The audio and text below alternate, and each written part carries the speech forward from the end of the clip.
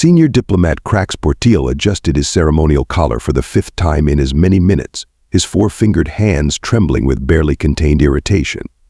200 years. 200 years of that empty seat mocking him and every principle the Galactic Senate stood for. For the love of the 7 moons, will someone please remove that ridiculous placard? Krax barked, pointing one long azure finger at the holographic nameplate hovering above the vacant seat. Earth. It proclaimed in 27 universal languages, as if the humans had any intention of ever showing up. The Grand Assembly Hall of Nexus Prime stretched before him, a massive amphitheater carved from living crystal and reinforced with quantum-locked titanium. 4,173 species were represented here, from the microscopic collective intelligence of the dust amalgams to the lumbering gas bag philosophers of Jupiter's twin, hecatonchires.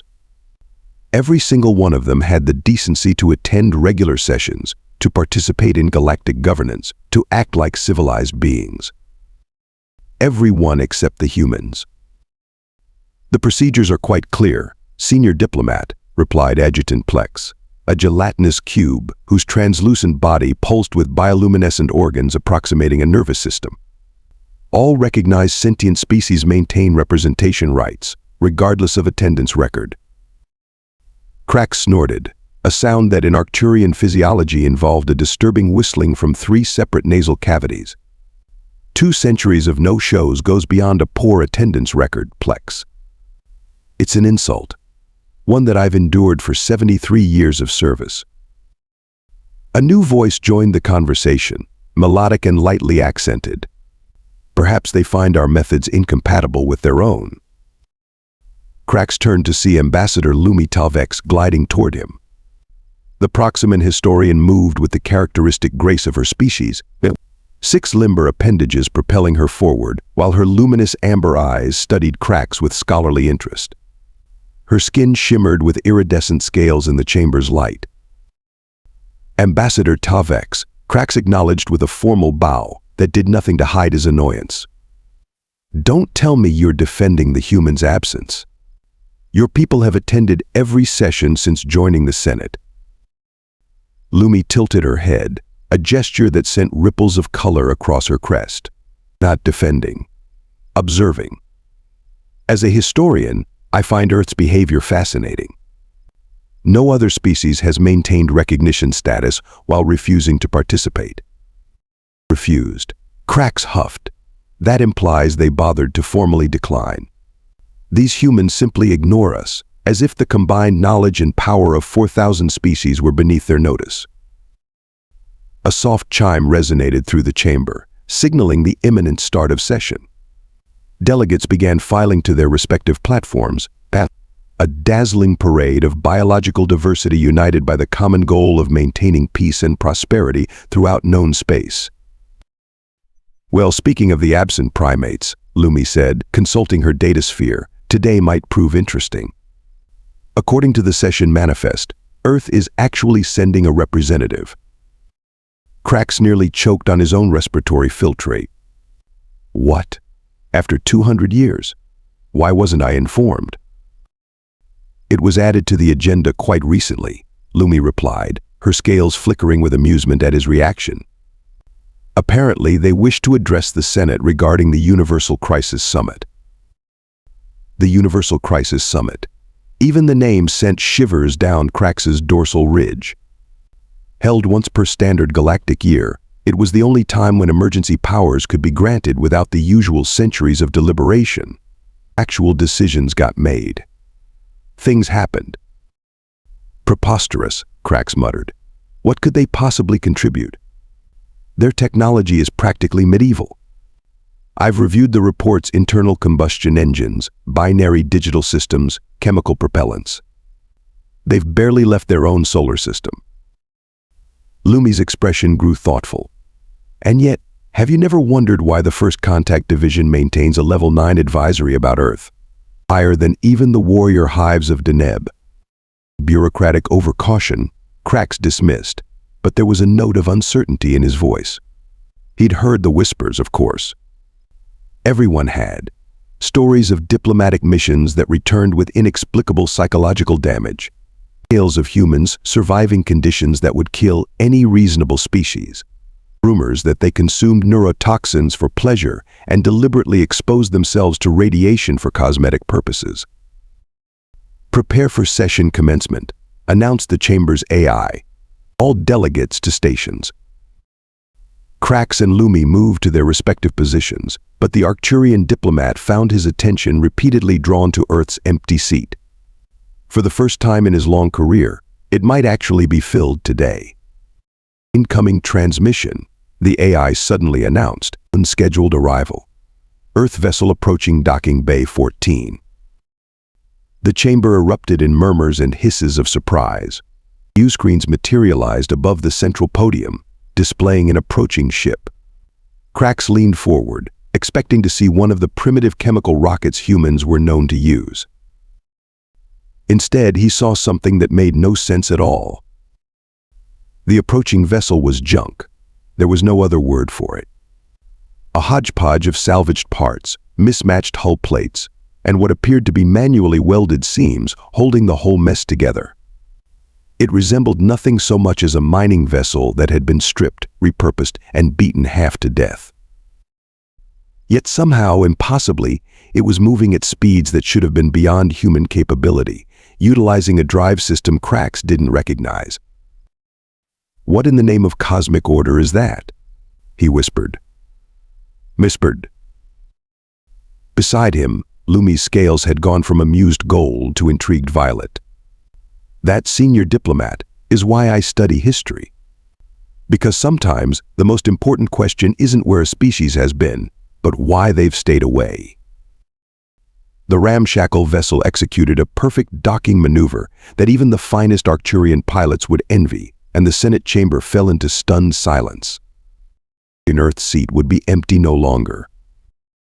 The docking bay doors parted with a theatrical hiss, and Krax Portillo straightened his posture to its full diplomatic rigidity. First impressions were everything in galactic politics. He'd rehearsed the traditional 12-part greeting in his mind and prepared himself for whatever strange customs these humans might present. Nothing could have prepared him for Captain Ellen or Ellie Blackwood. "Holy crap, would you look at this place?" The human female strode through the doorway, her mouth stretched into what Krax recognized as a smile, but far too wide and toothy to be polite. "It's like someone took Vegas, Vatican City, and the International Space Station, shoved them in a blender, and set it to ridiculous."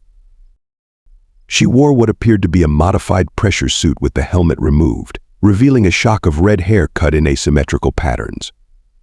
Behind her followed 3 other humans of various sizes and pigmentations, all displaying the same inappropriate grin. "Captain Blackwood, I presume," Krax managed, abandoning his 12-part greeting entirely. "I am Senior Diplomat Krax Portillo, Arcturian representative to the—" "Just call me Ellie, Blue Man," she interrupted, extending a 5-fingered hand toward him. "Everyone does. This is my crew, Martinez, Wong, and Afolian. Welcome committee, huh? Nice of you to roll out the fancy guy." Lumi Tavex glided forward, her scales pulsing with excited copper tones. "Welcome to Nexus Prime, Captain. I am Ambassador Tavex, Proximan Historical Corps. May I ask the name of your unusual vessel?"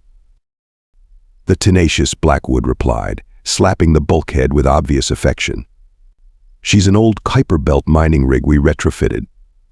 Not pretty, but she'll dance between stars with the best of EM." Before Krax could formulate a diplomatic response, the human called Wong pulled something from a pocket and placed it in his mouth. A pungent aroma immediately filled the docking bay, causing several nearby delegates to activate emergency breathing apparatus. "What is that?" Krax demanded, his respiratory passages constricting involuntarily. "Ghost pepper jerky," Wong answered cheerfully. "Want some? Homemade." "You're consuming capsaicin?" Lumi asked, her voice rising in pitch. "Voluntarily?" "We brought plenty to share," Martinez offered, seemingly confused by their reaction. Krax pulled Lumi aside while the humans continued unpacking what appeared to be more toxic substances from their pockets. "This confirms everything," he hissed. "The reports weren't exaggerated. These creatures are impossible." "Fascinating," Lumi corrected. "Remember the Proximan diplomatic mission to Earth 30 years ago? 3 of our finest diplomats returned requesting immediate memory wipes. I always assumed that was hyperbole. It wasn't. They described humans as distressingly unpredictable and casual to the point of existential terror." Their whispered conference was interrupted by a booming announcement. "All delegates to the main chamber. Emergency session commencing." In the Grand Assembly Hall, the Senate had dispensed with formalities. The central holoprojection displayed a churning mass of darkness moving through star systems like ink through water. Even rendered as a sanitized visualization, the sight provoked instinctive dread in every delegate. "The Void Collective continues its advance," intoned High Chancellor Vorrex, a gaseous entity contained within an ornate mobility sphere. "Our latest calculations confirm it will reach the Sol system Earth's home within 1 standard galactic year." Captain Blackwood and her crew had been escorted to Earth's long, empty seat. Rather than sitting formally, Blackwood perched on the edge, legs swinging like a child. The Senate collectively shuddered at the breach of protocol. "For those unfamiliar," Chancellor Vorrex continued, "the Void Collective is a hive consciousness that consumes stellar energy. It has devoured 17 systems in the outer reaches. All attempts at communication have failed. All military engagements have proven futile." "So you called us in as cannon fodder?" Blackwood called out, causing a wave of shocked murmurs. Addressing the High Chancellor without recognition was unheard of. "Earth has been summoned as a courtesy," replied Ambassador Mog Thak of the Centaurian Alliance, his tentacles writhing with indignation. "Your sector's fate concerns this body, though your primitive defenses are unlikely to impact the situation." "Preliminary vote," Chancellor Vorrex announced, "regarding emergency resource allocation for the defense of sectors 87 through 94. Krax watched as the voting commenced. It was brutal and efficient. Within minutes, the decision was displayed for all to see. Earth's sector would receive no aid. Resources would be diverted to reinforce the defensive perimeter around more developed regions. A heavy silence fell over the chamber. This was effectively a death sentence for billions of beings. Even Krax, frustrated as he was with humans, felt a pang of regret.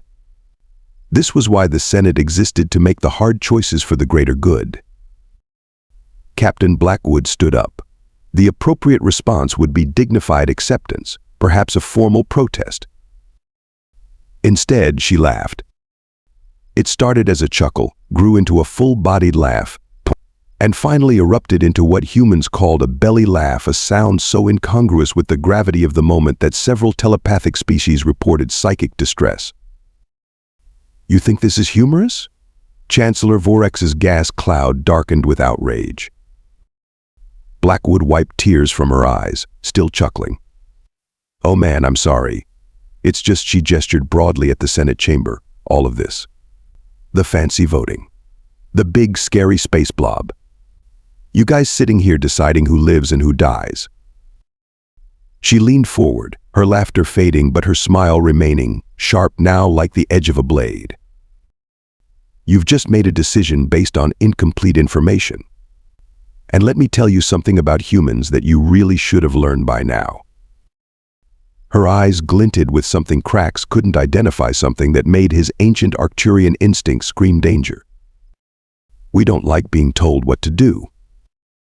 The truth is," Captain Blackwood continued, pacing before the Senate with casual strides that violated at least 6 protocols concerning proper movement within the sacred chamber, "the humans never joined your little club because, frankly, we found it boring as hell." A collective gasp echoed through the chamber. Even Krax, who prided himself on diplomatic composure, felt his facial ridges flush deep cobalt with shock.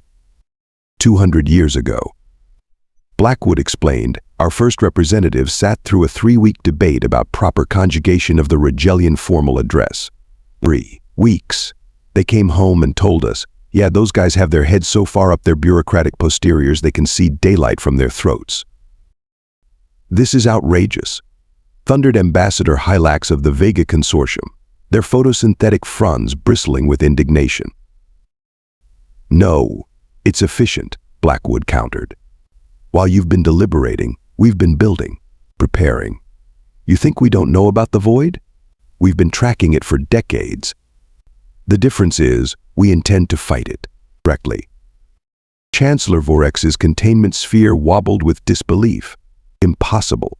Even the Draconians with their quantum arsenal couldn't slow its advance. That's because they attacked it like a conventional enemy, said Martinez, stepping forward from Earth's delegation. She projected a hologram from a simple wrist device. Your approach has been fundamentally flawed. The void isn't consuming stars randomly. There's a pattern it's communicating through consumption.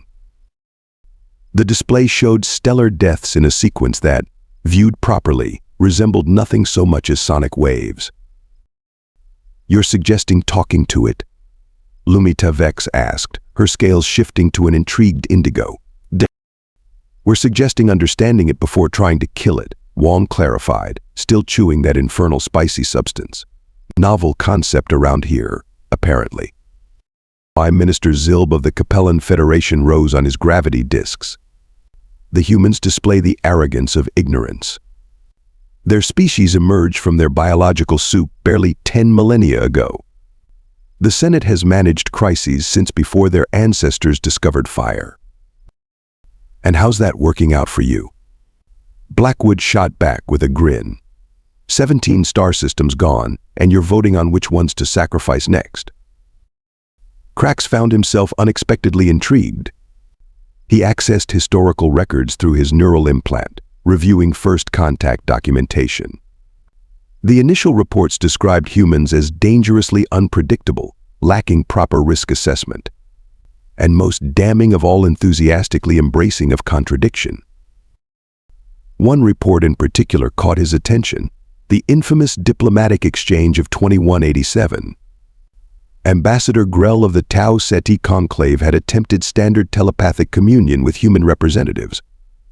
The transcript was disturbing. Their minds contained simultaneous contradictory thoughts. They fear death yet seek danger. They recognize their cosmic insignificance yet believe in their exceptional importance. They understand the mathematics of probability yet maintain belief in luck. This is not rational. Recommend minimal. Contact. In the present chamber, Blackwood was outlining an insane plan to directly engage with the Void Collective using modified communication arrays and something called dubstep bass drops. Captain, Krax interrupted, surprising himself. Are you suggesting that humanity's absence from galactic politics was not due to disinterest, but because you were pursuing alternative solutions? Give the blue man a prize, Blackwood replied with a wink that Krax found both inappropriate and oddly compelling. We've spent 2 centuries doing what humans do best, improvising, experimenting, and occasionally blowing stuff up in controlled environments. Aphelion, the quietest of the human crew, finally spoke. Our species evolved differently than most of yours. You developed in stable environments, leading to logical, methodical advancement. Earth was chaos ice ages, supervolcanoes, meteor impacts. We didn't survive by being rational. We survived by being adaptable. Controlled insanity, Lumi whispered, her historian's mind making connections. That explains everything: their consumption of toxins for pleasure, their recreational danger-seeking, their cognitive dissonance. Better crazy and alive than logical and extinct, Blackwood shrugged. For 3 hours, the humans outlined their plan, a chaotic, brilliant, terrifying amalgamation of technologies and tactics that no sane species would ever attempt. It involved direct confrontation, communication attempts through modulated energy bursts, and contingency plans that included something called weaponized Taylor Swift. Krax found himself wavering between horror and reluctant admiration. The humans had no business surviving as a species, yet here they were, proposing to dance with cosmic death. When the final vote came, however, galactic inertia prevailed. By an overwhelming majority, the Senate officially declared Earth's sector strategically non-viable and approved the construction of containment barriers beyond its borders. The Void Collective would be allowed to consume Sol and its neighbors, buying time for more essential regions. The chamber fell silent, awaiting Earth's formal protest, or perhaps a dignified withdrawal. Captain Blackwood simply shrugged. Well, can't say I'm surprised. Bureaucracy's gonna bureaucrat. She turned to her crew, nodding once. Plan B it is. What is Plan B? Chancellor Vorex demanded. We do it ourselves, Blackwood replied, her casual tone belying the audacity of her words. We don't need your fleets or your fancy weapons. Just give us the star charts, tactical data on previous encounters, and stay out of our way. Krax stared in disbelief. You cannot possibly. Watch us, Blackwood interrupted with that disturbing smile. Turns out there's an advantage to that empty seat. You can't tell us what to do if we were never really part of your club.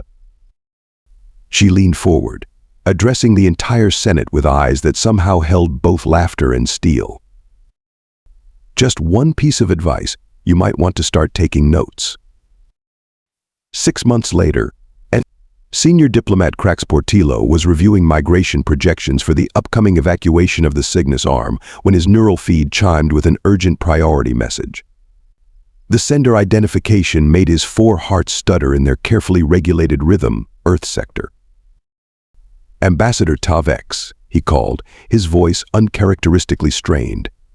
Are you receiving this? Lumi glided into his office, her scales flickering with the rapid pulse of excitement. Yes, multiple transmissions from Sol's system. The first communications since Captain Blackwood's departure. They shared a moment of silence, both remembering the human delegation's exit. No formal protests, no diplomatic tantrum. Just Blackwood's casual salute and cryptic parting words. We'll send a postcard from the apocalypse. Should we alert the High Council? Lumi asked. Not yet. Krax hesitated. Let's see what they've sent first. The transmission resolved into a video feed, and Blackwood's face appeared, grinning that unsettling human grin. Behind her, what was clearly a military command center buzzed with activity. Hey Blue, hey Shiny, she said, apparently having assigned them nicknames. Thought you folks might be interested in an update on our little void situation. Attaching some footage for your viewing pleasure.